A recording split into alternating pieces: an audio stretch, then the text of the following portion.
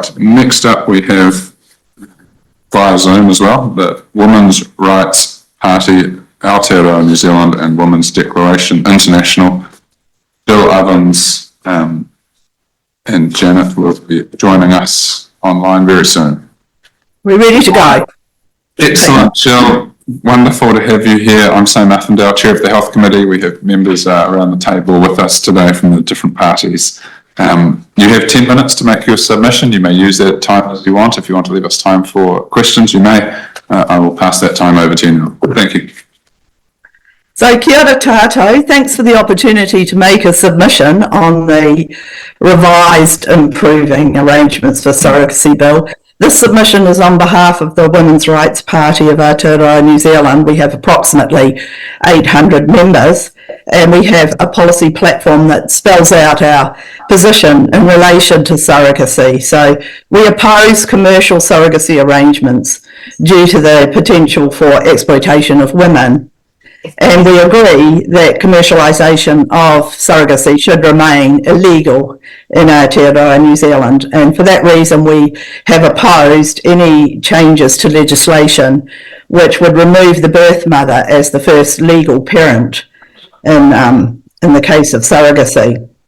So we are a signatory to Women's Declaration International, WDI, and this submission's made on behalf of WDI New Zealand.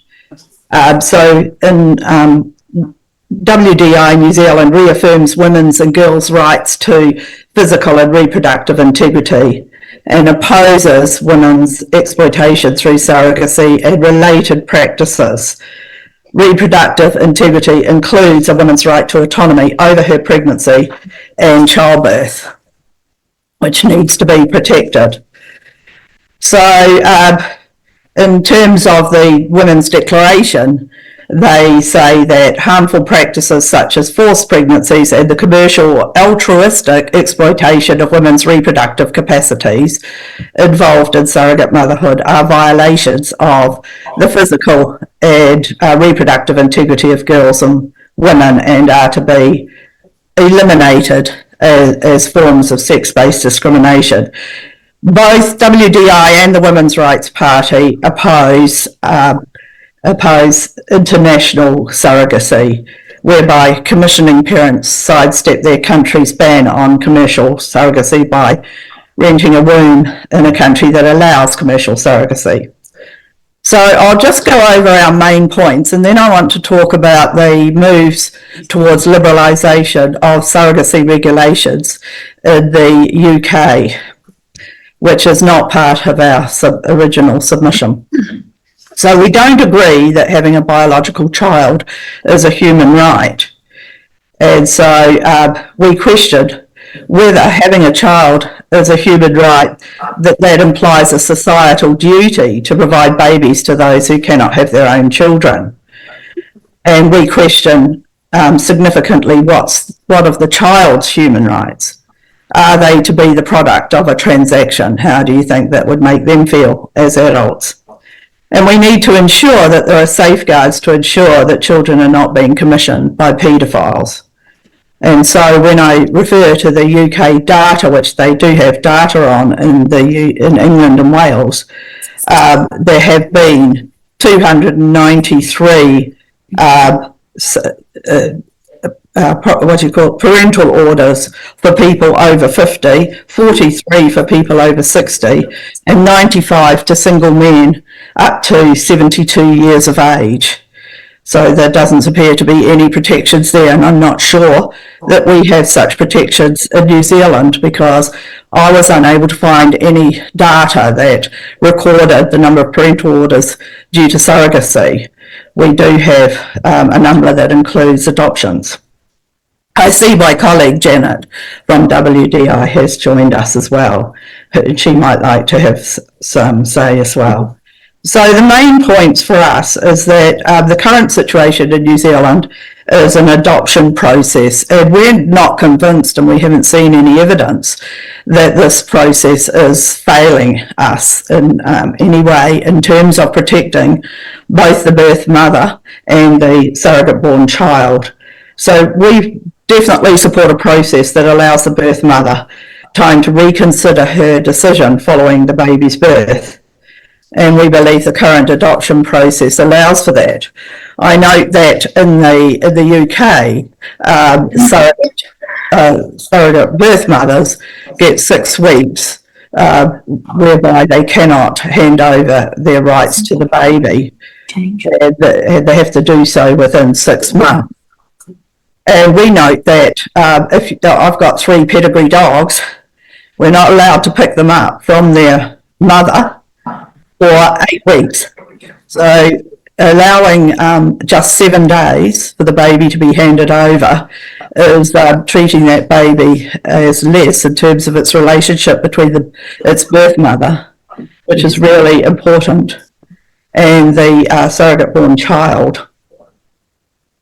So we do go into the current situation, and which we cannot see any evidence to support that should be changed.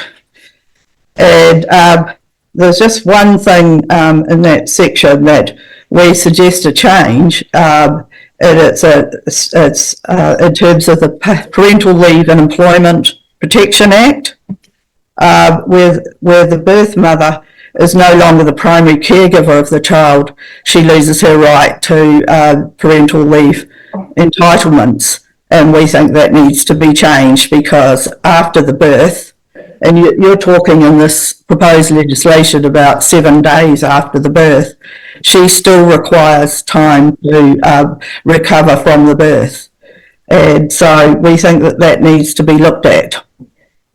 I used to be the co-leader of the Midwives Union, so I'm aware that this is an issue. We have major concerns about international surrogacy, and we note that both Thailand and Taiwan are looking at going back on their ban on international surrogacy, which is going to make it very easy for New Zealand couples or single people to go over to these countries and commission a child. And in those countries, there are not necessarily, for example, the Ukraine still has commercial surrogacy, even though it's in the middle of a war. There's just not the medical facilities to look after the birth mother or the child that's born of the surrogate born child. And so that's a major concern to us. And we know that there is higher risk of premature birth and birth defects for those children. And plus the mother is also at risk of birth injuries. I note that in the ACC birth injury, they were predicting we would have 28,000 claims under ACC. It turned out to be less than that, but still well over 5,000 claims. So birthing a baby is no mean feat. It does carry with it its own dangers. In terms of international surrogacy, we unequivocally oppose that, and that's regardless of how it's organised. And in particular, we call for a ban on surrogacy involving the export of gametes and by New Zealand fertility clinics for the purpose of commissioning a commercial gestational surrogacy. In terms of the Timothy Coffey bill, we support the current adoption process, as I said, because it protects the birth mother, first legal parent, with rights to her reproductive autonomy and freedom from exploitation. And we were concerned that was strongly in favour of the intending or commissioning parents. And so we think that that original bill didn't protect either the interests of the birth mother or the child, and failed to recognise that even in utero, an unborn child's already interacting with his or her birth mother physically in terms of exchange of cells and psychologically. So by the time the baby's born, the birth mother, while she may have felt perfectly willing to enter a surrogacy arrangement before the process started, by the time she's carried that baby for 9 months, there will be psychological bonding happening even before the birth. And I can attest to that as having birthed 3 sons of my own. So So we, despite our reservations about surrogacy, we do support changes in the revised bill that put the surrogate-born child at the centre. So some of those ones we've outlined. We support changes to tighten up on providers of surrogacy services through assisted reproductive technology, and we also support measures to protect the health and safety of the surrogate mother, and we've detailed why we believe that. And so we have said that 7 days is too short of a period for the birth mother to be making that decision. You've said that she is the first legal parent, would be under this revised bill, but she cannot make that decision to hand over the baby within 7 days. We think that period should be longer. We had suggested 2 weeks, but since then we've found that in the UK it's 6 weeks, which would sit a lot better with us. You know, in dairying, they recognise the value of colostrum, and if you take the baby away too soon, as was in the committee coffee bill, you know, the baby wouldn't even get the colostrum from the birth mother. But 6 weeks would be preferable in our view. And so we support the change that the mother is the sole parent, the birth mother is the sole parent of the child until the process of handing over. Joe, But I run out of time. you have.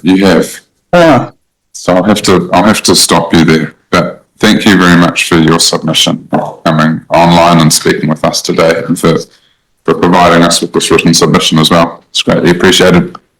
Is it possible to send you a video of the surrogacy concern with the data from the UK? Sure. To the committee. You may send it through if you would like as a further submission. Yep, I'll do that. Thank you. Thank you, Jill. Have a good day.